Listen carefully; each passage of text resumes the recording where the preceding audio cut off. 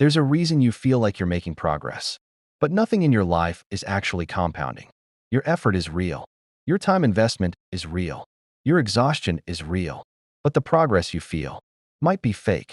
And today, I'm going to show you the psychological loop that creates the illusion of growth while quietly keeping you stuck in the same place. Because once you see how this works, you'll understand why some people work constantly but never break through, and why others seem to succeed by doing less. Most people don't fail because they're lazy. They fail because their brain rewards movement, not results. So you can feel productive without becoming effective. And once your brain learns how to create that feeling, it will protect it at all costs. That's the loop. Here's what makes this so dangerous. The feeling of progress is real. The dopamine hit is real. The sense of forward motion is real. But the structural change often isn't happening at all. And your brain can't tell the difference between feeling like you're growing and actually growing. So it keeps rewarding the feeling, even when nothing is accumulating. Here's how it usually shows up. You start something new, feel motivated, see early activity, make small adjustments, learn more, optimize, reframe, pivot slightly, try a new angle, feel momentum again. And emotionally, it feels like growth. Every step feels productive. Every adjustment feels smart. Every pivot feels strategic. But structurally, nothing is locking in. No leverage, no compounding, no accumulation, just motion. And motion creates the feeling of progress without the reality of it. That's why this loop is so hard to escape. It doesn't feel like a problem. It feels like learning. It feels like improvement. It feels like you're getting closer. But you're not building, you're circling. Here's the line that changes how you see this. Your brain mistakes novelty for progress. New ideas create dopamine. New plans create relief. New direction creates hope.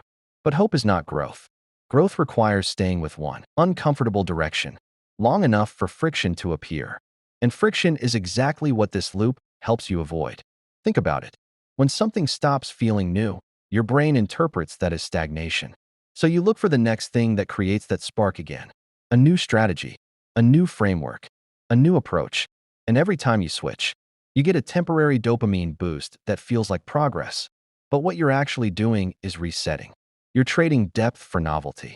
And novelty never compounds. Only depth does. The progress loop is addictive because it protects your identity.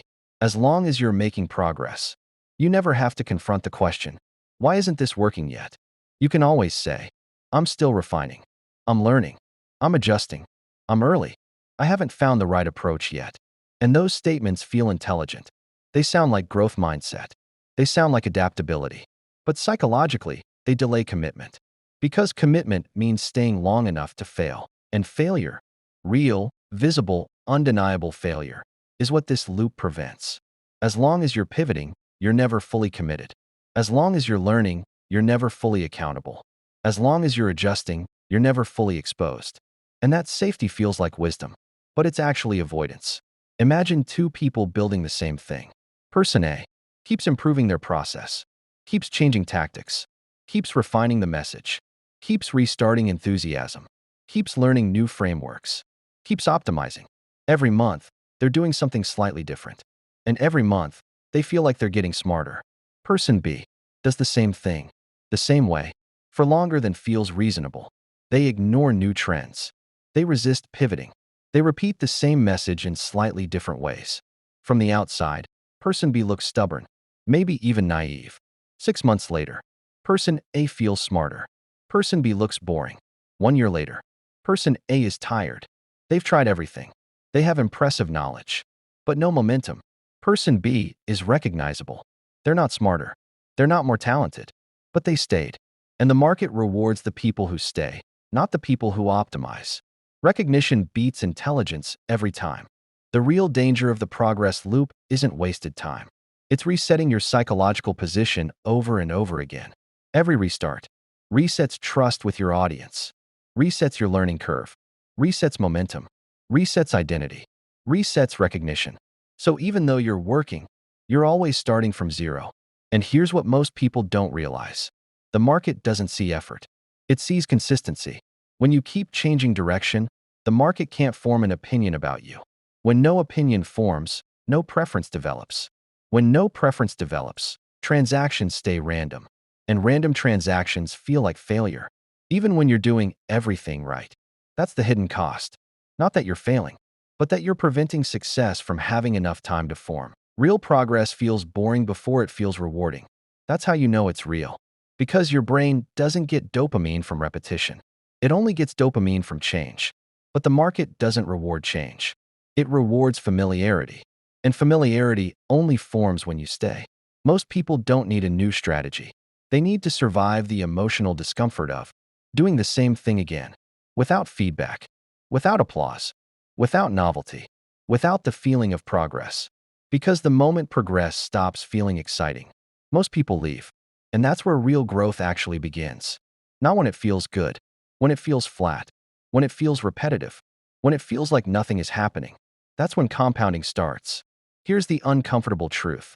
If you've been working on yourself for years and nothing has changed structurally, you're probably stuck in this loop. Not because you're not trying, but because you're rewarding yourself for motion instead of position. And motion without position is just exhausting novelty. In the last video, I explained how fear keeps people stuck at the same level. This is what fear looks like in action. Not panic, not avoidance, but constant movement that prevents commitment.